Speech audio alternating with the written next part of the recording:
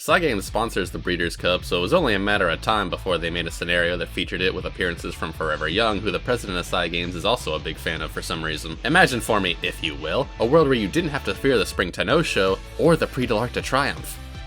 This is how the people in the Japanese server have been feeling for years. I just wanted you to imagine. The Breeders' Cup offers you a choice at the start of the scenario on what race to ultimately aim for. There are 9 races that include short, mile, and middle distance races, as well as dirt selections for those same distances. There will often be one or a handful of recommendations at the top, and this is where I suggest you stick to, since you can't exactly build weirdo units in this scenario very easily unless you have good legacy at the start. Each selection also comes with a set group of career races to participate in, as opposed to the normal career your umamusume would typically follow. The main prize for selecting any of these is a gold skill at the end of the scenario depending on what you pick, more often than not for the distance you selected. You'll then immediately be joined by 3 umamusume friends to train with, including excursion experts like Espoir City, Love's Only You, Red Desire, Marsh Lorraine, and Forever Young, who also happen to be scenario links, imagine that. They'll train with you along with your support cards, and sometimes in terrifying situations like this, while also being what the entire scenario revolves around. Fortunately, they also offer boosts to training, as we've come to expect. When you enter the training menu, you'll see this gauge off to the left. This indicates your scenario friends' ranks, as well as lists the next required rank for the scenario-specific strategy meeting next to how many of them don't meet that requirement. The name of the game is to try training with these characters as much as possible. When you train with a member of your team, their gauge will fill up by 1, and once filled, you'll have to train with them one more time to achieve a rank up. Your overall rank is determined by the lowest ranking member of your team. So if you somehow manage to get March Lorraine and Red Desire to rank C while leaving Espoir City down in G because you're terrible, your team will suffer greatly, and so will you because I'm on my freaking way. This is why if you ever see 2 or 3 teammates at one facility, it's almost always a good idea to prioritize that training, even debatably, over a rainbow training. Resting, as well as training on the beach, will also fill the gauge a little bit for random teammates, and if you bring your legally mandated scenario link support card,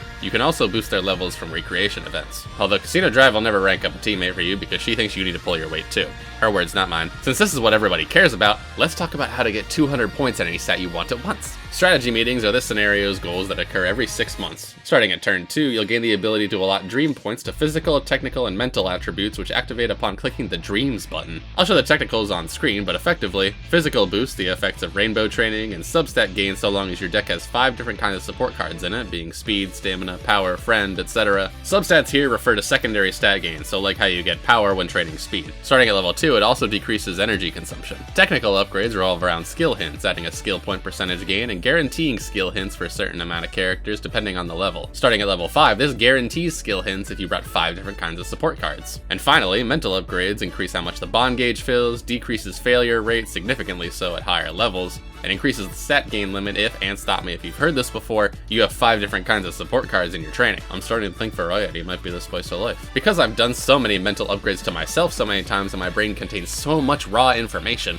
I'd say the way to go is to prioritize mental upgrades. You won't be able to go completely ham on it at first since the higher levels unlock after particular strategy meetings, but I would upgrade your mental first, then depending on what you want, level up either physical or technical as your secondary. That's also not to say that you should ignore the upgrade you didn't pick for your secondary since all the boosts are pretty good, but I'm usually hovering around the 7, 5, 8 range. You should be able to get mental to level 8 and your secondary to level 7 pretty easily, so long as of course you bring your legally mandated support card. To upgrade these parameters, you require dream points. These are given out before your first meeting on turn 2, whenever you rank up a teammate, and after each strategy meeting. These numbers are of course also dependent on whether or not you brought the rare or SSR Casino Drive card with significant boosts in the latter's case, so you better find somebody to follow who has it. Good news is, if you don't use your dream points, you don't lose them, so don't worry about those 2 points you didn't use. You can only upgrade these parameters here, and once you upgrade you can't go back because your choices matter in this world. Also, if you want to see what you've upgraded so far, you can click this button.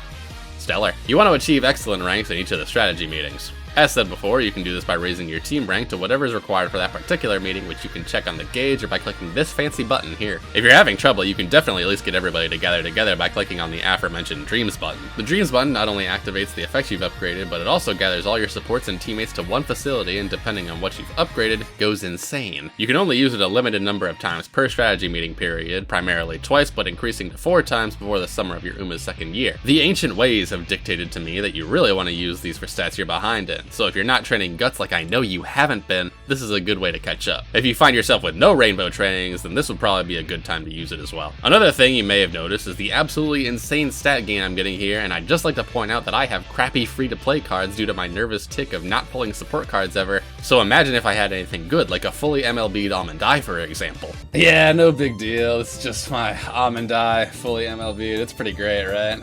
You know what? This is the 3rd week in a row you've shown us your Almond Eye. Yeah, it's pretty great, right? If and when you achieve excellent rank on all your strategy meetings, then you and your team should have no problems in the final races, which replace the URA finale portion of a normal training scenario. The URA finale isn't the only thing not in the scenario, as the senior year raffle and character events that give debuffs are also thrown to the wayside for some reason. I guess it's because America doesn't believe in the lottery or sadness. It's very, very simple. First you get the points, then you get the power, then you get the gold skill. I can't transition that into my typical ending. Bye.